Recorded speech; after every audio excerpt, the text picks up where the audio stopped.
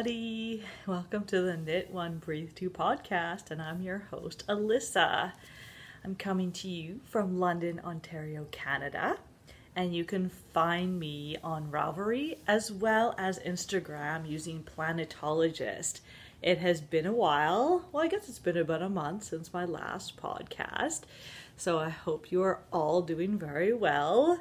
Happy 2020, and I hope the first month of this year and decade have been wonderful for you. Please let me know what you've been up to in the comments below. If anything's exciting happening, or maybe not so exciting, but you want to tell someone anyway, let me know.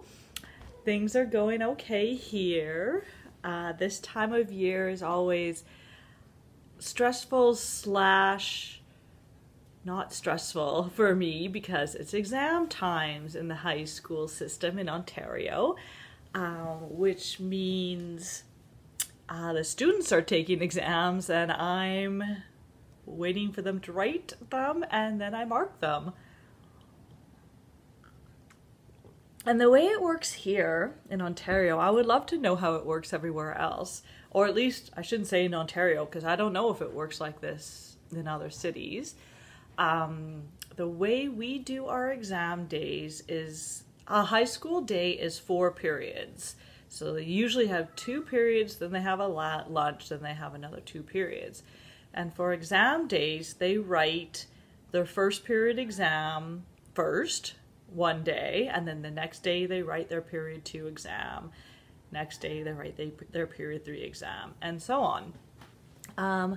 I seem to recall when I was in high school, that was not the way we did it, but I could be completely misremembering because that was more than 20 years ago. So it's quite possible I am not remembering that correctly, but I swear we had 2 exams in one day, but maybe I'm just making myself think that.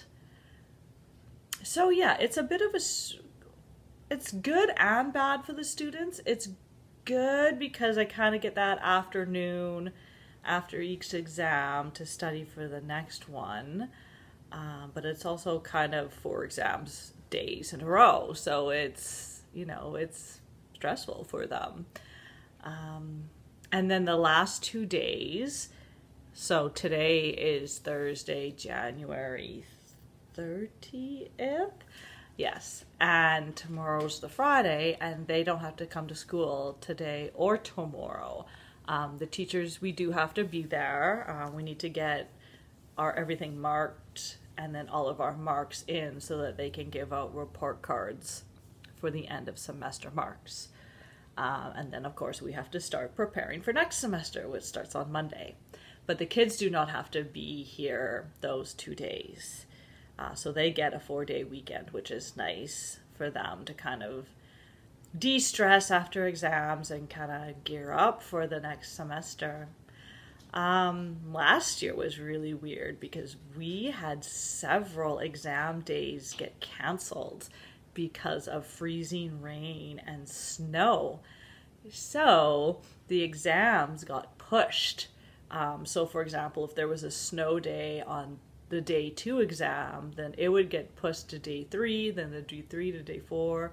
And that's why they have these extra couple of days at the end of January after exams are scheduled, because of the chances of having a snow day this time of year in this area of the country is very high. So we've had beautiful weather this week, so there was no chance of that happening. I think maybe the students were hoping for an extra day or 2. Last year, it even got pushed into the next semester. So this second semester was pushed off by a day because I think it was 3 out of the 4 exam days had to be rescheduled. It was crazy. Yeah, it was very interesting. So I am finishing up on my current school. Today was my last day there. Tomorrow, it's a professional development day in our school board. And because I'm kind of in between 2 schools, I can choose which one to go to. And for me, it always makes more sense to go to my new school because that way I can kind of drive there in the morning, see how long it takes me, maybe think about what's the best route to get there, you know, hang out with all my new colleagues, try to get keys, figure out where my rooms are, all that kind of stuff. So I'm going to be at my new school tomorrow. And then we start a new semester on Monday, and I will be teaching math.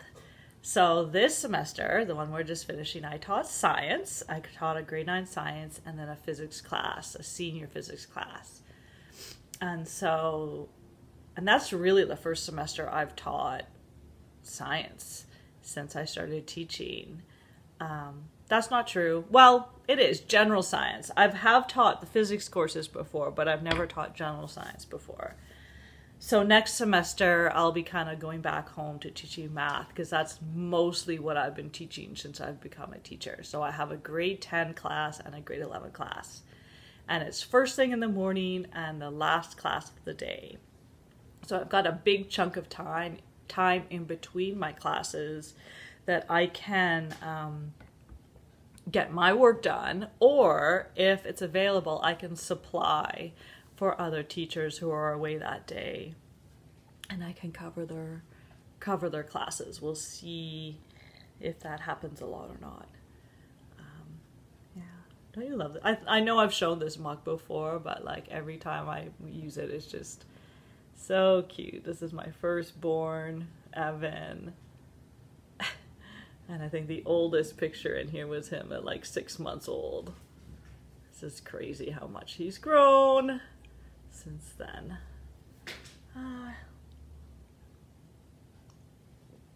So I'm excited to start at a new school. It seems really good so far. I've been there a few times. The department is very large. I think there's about 10 teachers, maybe more. And they all seem lovely and fun, so that's good.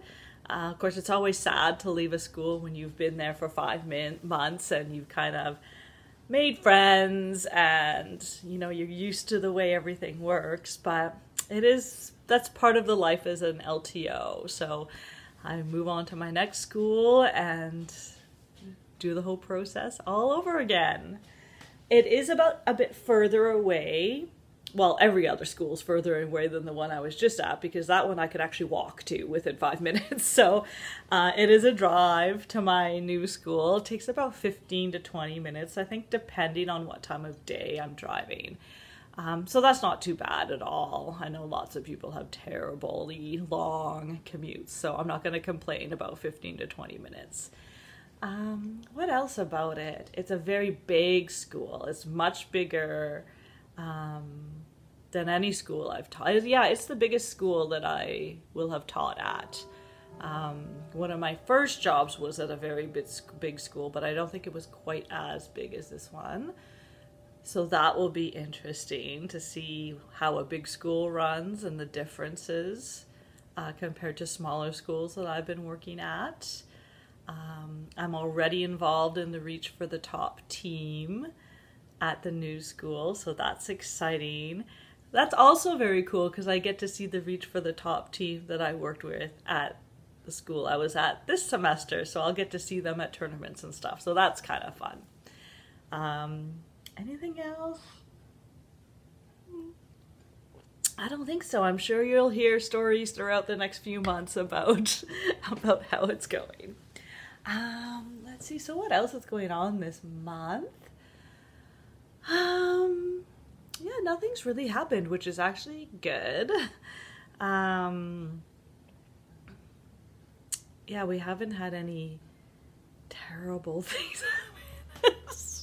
I might just edit that out. You know how like things are going for a while and you're like, ooh, nothing bad's happened for a while, so kind of makes you worried, but yeah, everything's going smoothly. The attic renovations are going well. They're almost done.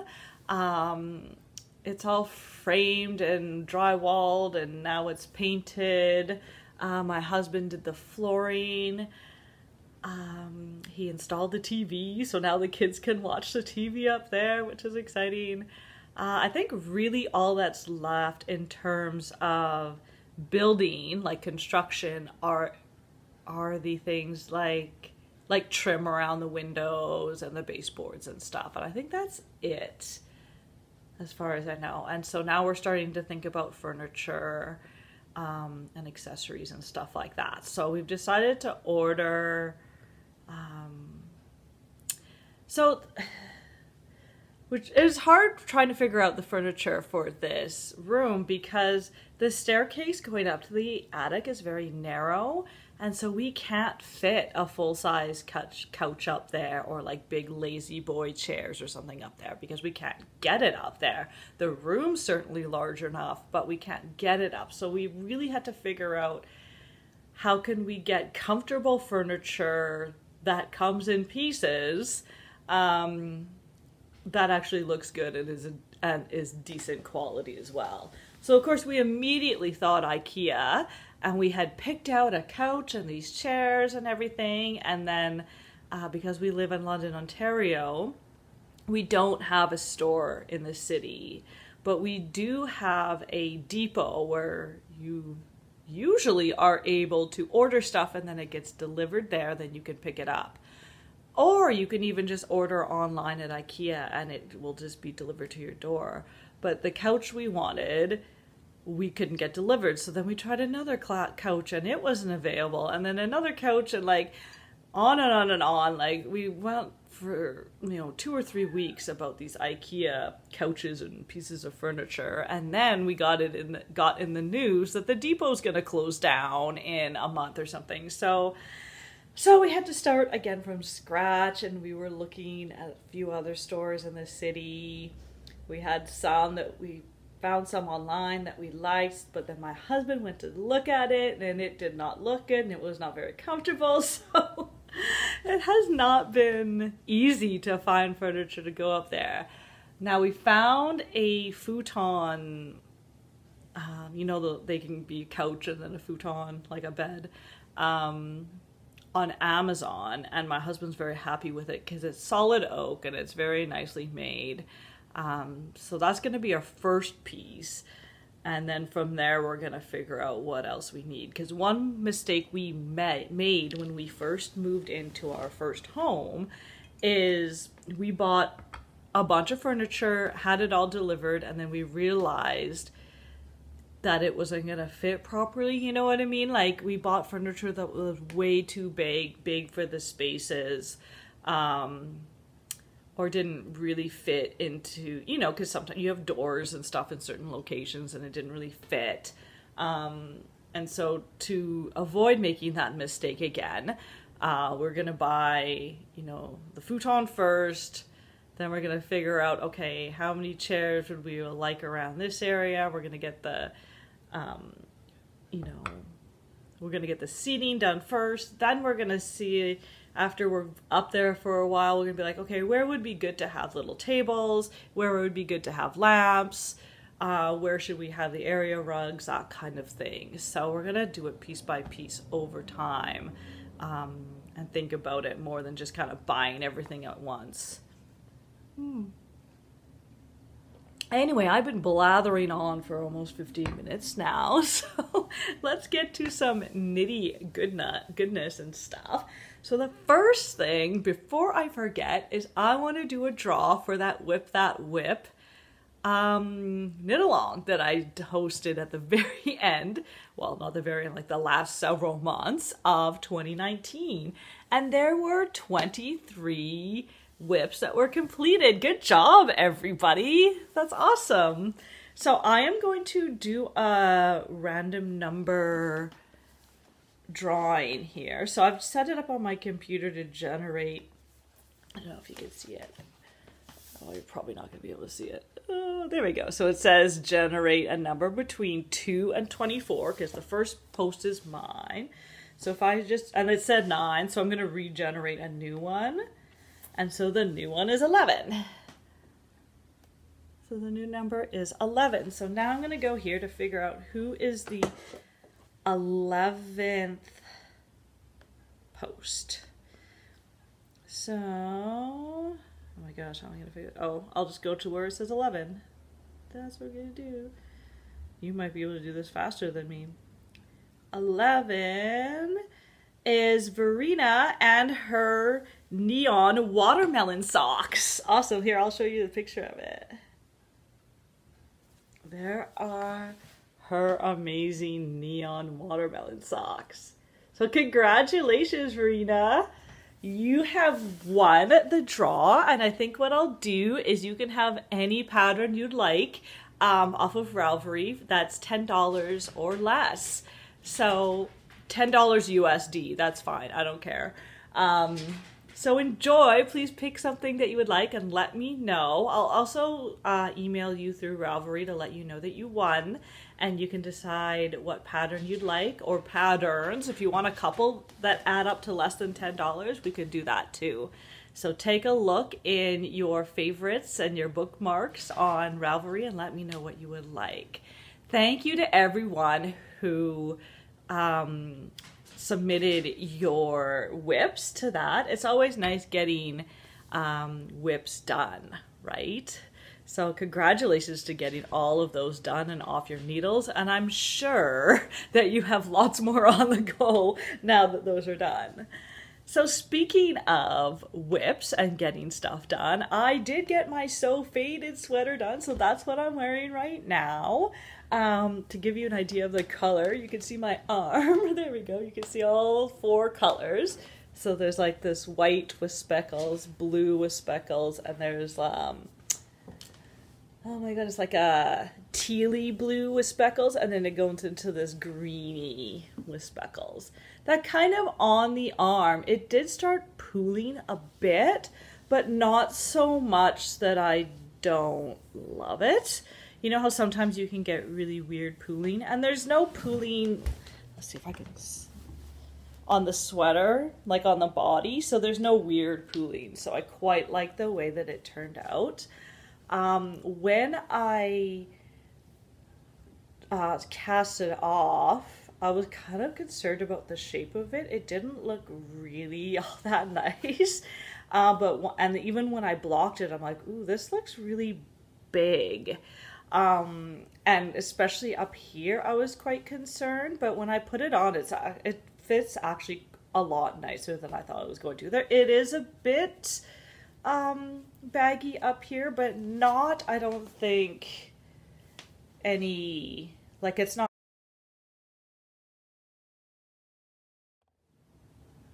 Okay, sorry about that. That was weird.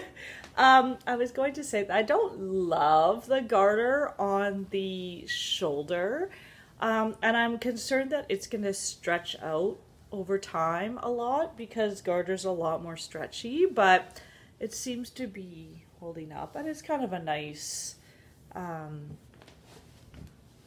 what's the word I'm looking for? Detail, right? Have a little different. And it's not in your face different, right? So yeah, I really like it. It turned out, I did finish it. I cast it off on Boxing Day. So right before the new year. So it took me less than a year to do. Because I casted this on New Year's Day of 2019. So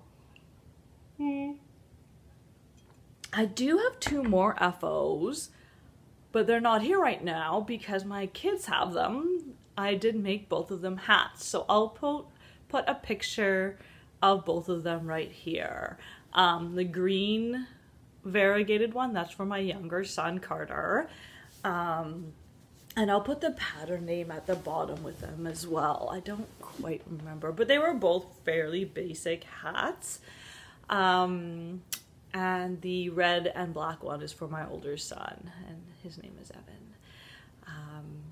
Yeah, so very basic, and I use super bulky weight for both of them. And the reason that happened is because that's what they picked. We were at Mary Maxim a number of months ago before it closed down, and I said I would make them hats, so we went there and they got to pick their own yarn, and so that's what they picked. So I had to find a pattern that worked. My younger son loves wearing his, he is always wearing it. He doesn't like taking it off. My older son, he doesn't like wearing hats anyway. I'm surprised he even wanted me to make him one. I think he just did that because my younger son wanted one. But anyway, so those were fun. They were quick. I made them both in a day, so that was fun to be able to do. And nice to be able to do for them too, because they are knit worthy. I will give them that. And I think that's it for whips. I mean, for FOs. So let's go to whips, what I've been working on. My Tegna is still going, and I feel like it's not getting any bigger. Like, I keep knitting on it, but it's just not going anywhere. So there's what I have so far. It's this. I'm supposed to stop once I get to 15 inches from the cast on edge. And I think I'm only at like 10 or something. So it's slow going. It takes me a good, I don't know, 20 minutes or something to do a round. And I mean, I'm using, I know I've shown this before, but I'm using Holzgarn in their Coast base. Sorry for the light, but there's no way I can not have a window involved in this recording. So anyway, yeah, Holzgarn, this is their Coast base, which is 55% lamb's wool, 45% cotton. So it's quite light. And this is their saffron color, like a burnt orange type color. But it is very, very thin. It's a thin fingering, but when you wash it, it blooms. So that's, it'll kind of fill in a bit once you wash it and block it. I've seen other Tegnas done with this yarn in different colors and they look beautiful. So I'm excited to have it done, but boy, is it taking a long time. It's a lot of stocking net right now, right? It's just knitting round and round and round, which isn't too bad, but you kind of do get tired of it after a while. So of course, that means I started some socks because I was tired of knitting the same color over and over and over again. So let me have a sip of coffee and I'll show you my socks. I did post these on Instagram the other day. I'm just using, I'm just doing a vanilla sock, and I did the Fish Lips Kiss heel, which is my go-to these days. I am using Must Stash Woodstock 50 self-striping colorway. Look at that, isn't it beautiful? So that is a full color repeat from the purple to this purple. And there are two different colors in the heel. So there's another darker green and then a lighter blue before it goes into another blue. So that worked out nicely for the heel. And the way that I bought this is it comes in two perfectly similar skeins, matching skeins. So I'll be able to have the same stripes if I want. Hopefully that works out. I did have a huge problem when I went to wind this into a cake. You can see it's not a cake.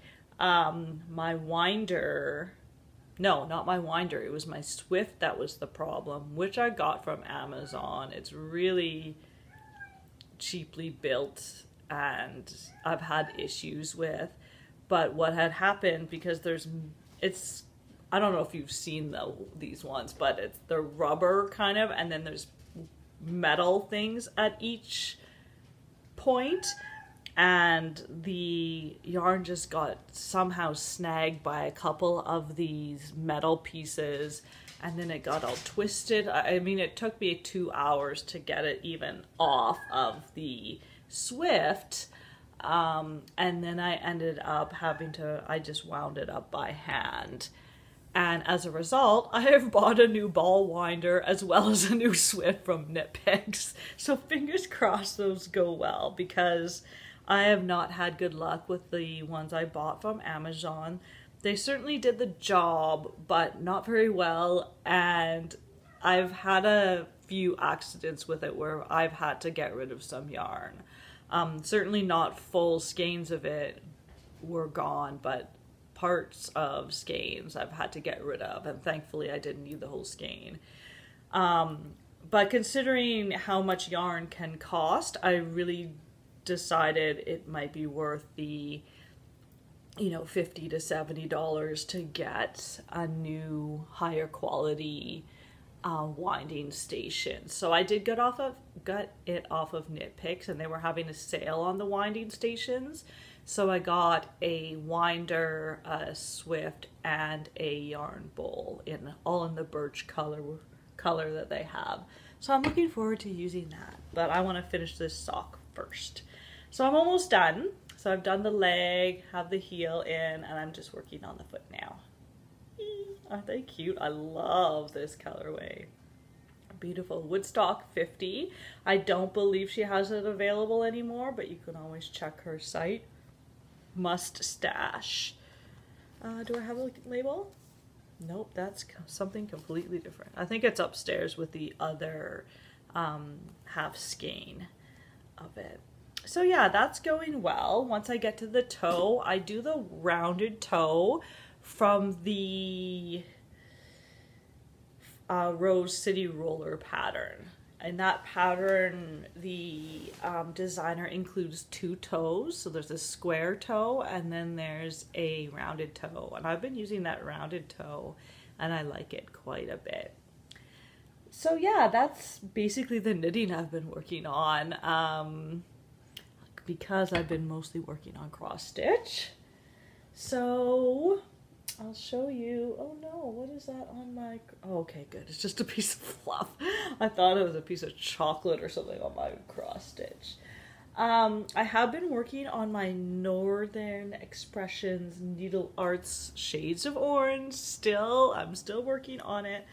I wish... So I'm going to put a photo in here that I last posted on Instagram where I was. So basically the top half and the center band were complete when I had that picture taken of it. And since then, I have been working on the bottom half. So here's the top bands right here, right? That's the bottom, and then that's the central diamond. And now I've started working on this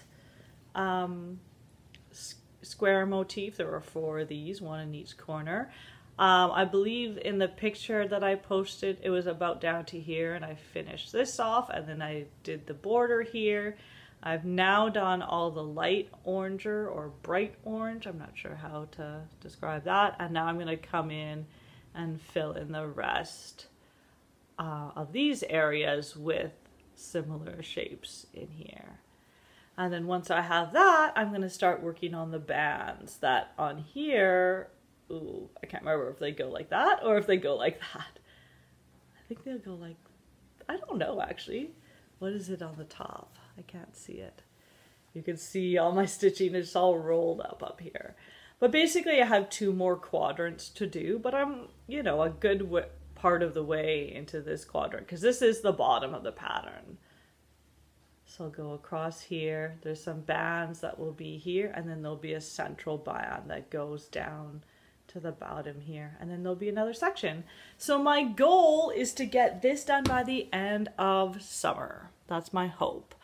I don't get a ton of stitchy and knitty time during the school week, but I try to get most of my work done during the week so that I can spend my weekends doing my crafty stuff. And if I get a very good, even if I get to like 3/4 done, like even if I get this done and this done in the next 5 months, I should be able to whip off that last quarter during the summer, because of course I'm home. I have 2 months off, so I can get a lot of stitchy time in then. Yay! So yeah, and that's really the three things I've been working on. I do have other stitchy projects, and I need to think about what I'm going to do with them, because I want to finish this, and all the projects that I have on the go or have started are big, and they're going to take forever. I can't have multiple cross stitch projects because clearly nothing will ever get done. And yes, I'm a process person, but I'm also a product person. I don't want this, I want this up on my wall soon, right? There's a space that I've had open on my wall for 1.5 years already, so I would like to get it up there. So I need to rethink how I decide what to stitch and when to stitch it. And I also need to think about, when I look at patterns, what I want to stitch, do they all need to be enormous, right? Because you certainly can do smaller patterns, or even something like this, you can do smaller, right? Like I did 2/2. If I did 1/1, it would be, you know, half the size. So it would be as many stitches, but it would be less, certainly less floss. I don't know.